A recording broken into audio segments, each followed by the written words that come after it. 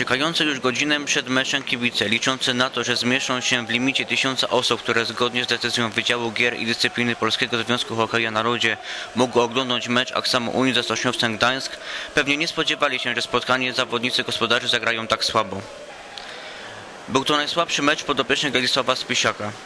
Od początku meczu hokeiści Aksamu Unii grali wolno, niedokładnie, bez pomysłu i popełniali bardzo dużo niewymuszonych przez przeciwnika błędów.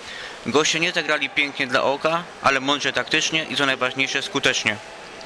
Pierwszy cios przyjezdni zadali w 10 minucie. Wtedy to krążek w bramce umieścił Szymon Marzec. Do końca tercji gospodarzom tylko raz udało się poważnie zagrozić bramce strzeżonej przez Przemysława Odrobnego.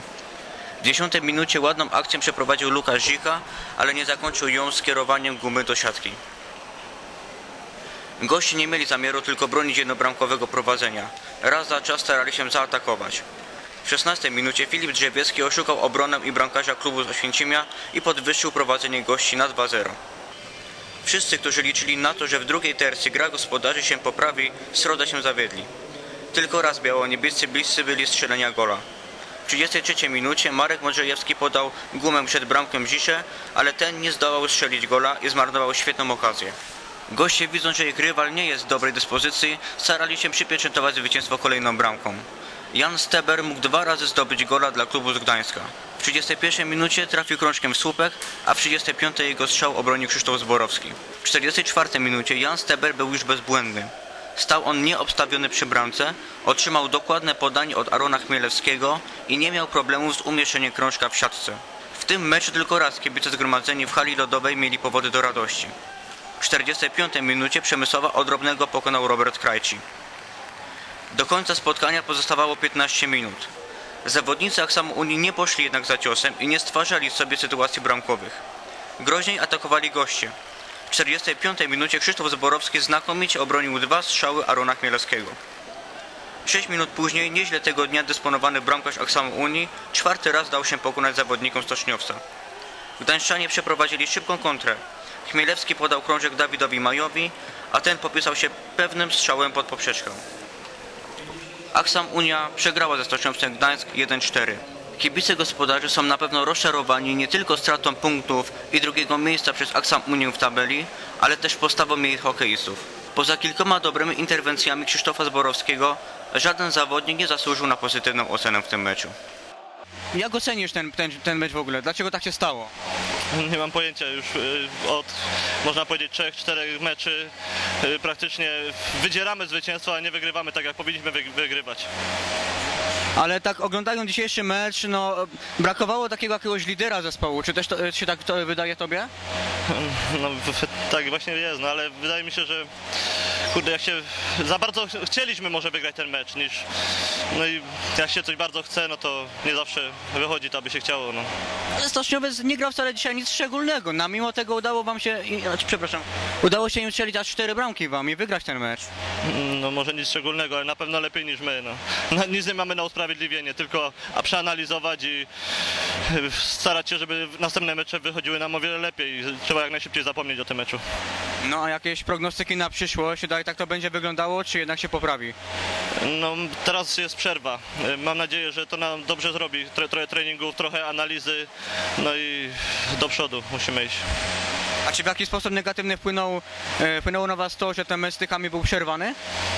No na pewno trochę wybiło nas to z rytmu, bo to mieliśmy trochę przerwy, potem mecz z Tychami tam 14 minut, jeżeli dobrze pamiętam, no i to się zaczynało ciągnąć, te nogi wiadomo zastane trochę, nie byliśmy w tym rytmie meczowym.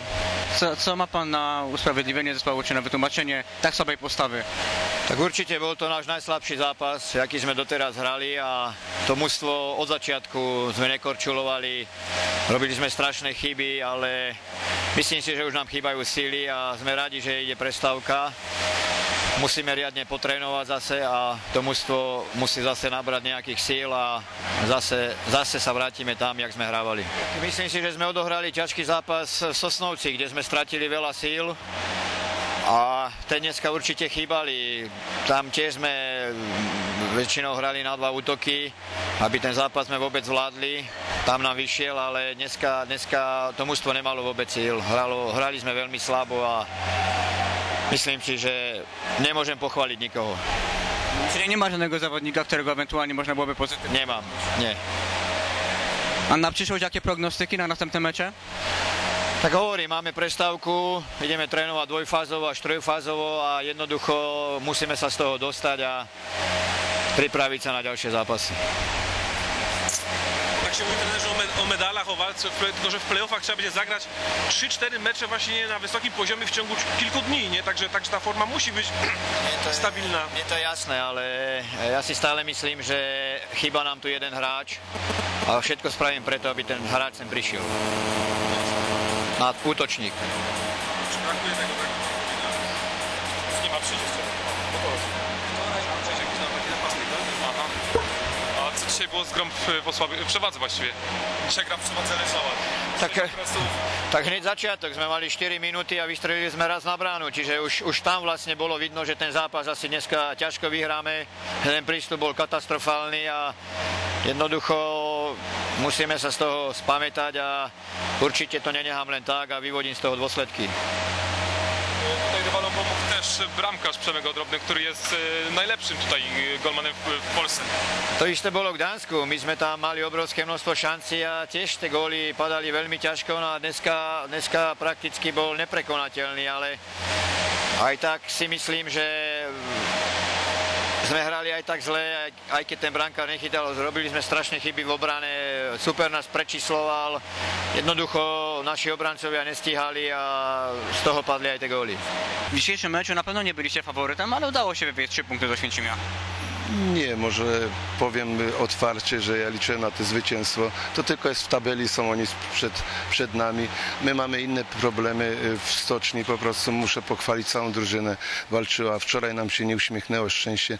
2-0 z mistrzem Polski wygraliśmy w trzeciej tercji. Mamy najlepszego bramkarza w Polsce, co jesteśmy po pierwszej rundzie, mogę to powiedzieć. Już z każdym graliśmy. Dzisiaj miałem 16, to bardzo mi przykro, że ci najutalentowani, 17-latków i 19 musiałem zostawić w Gdańsku i dlatego tu przyjechałem tylko 16. Tydzień temu byłem w Tychach 14 zawodnikami, 5 zawodników, bo innych musiałem zostawić właśnie w tych lidze juniorów i tych młodzików. No i ja myślę, że wszyscy powinni brać przykład ze Stoczniowca i z Podhala, co gratulowałem mistrzowi Polski w takim osłabieniu i zagrali wyśmienity. My mamy problemy, no nie będę się usprawiedliwiał, ale mamy problemy ze sprzętem, z kijami, ze sznurem, no ze wszystkim. A jeszcze te wyjazdy tych chłopców tak męczą, że no po prostu ja po 25 latach 2 dni nie mogłem ze Sanoka dojść, jak wróciłem do Gdańska. To jest więcej wysiłku kosztuje jeździć tutaj na Śląsk jak ten mecz. I na koniec muszę powiedzieć, że jestem po prostu bardzo zadowolony z mojej drużyny. Bardzo walczyli ambitnie, zrealizowali mój plan. Ja chciałem w pierwszej tercji wygrać 5-0. Może jestem zarozumiały, ale ja trenuję, jestem optymistą. Czy uważa pan, że dzisiejszy mecz mógł się podobać kibicom?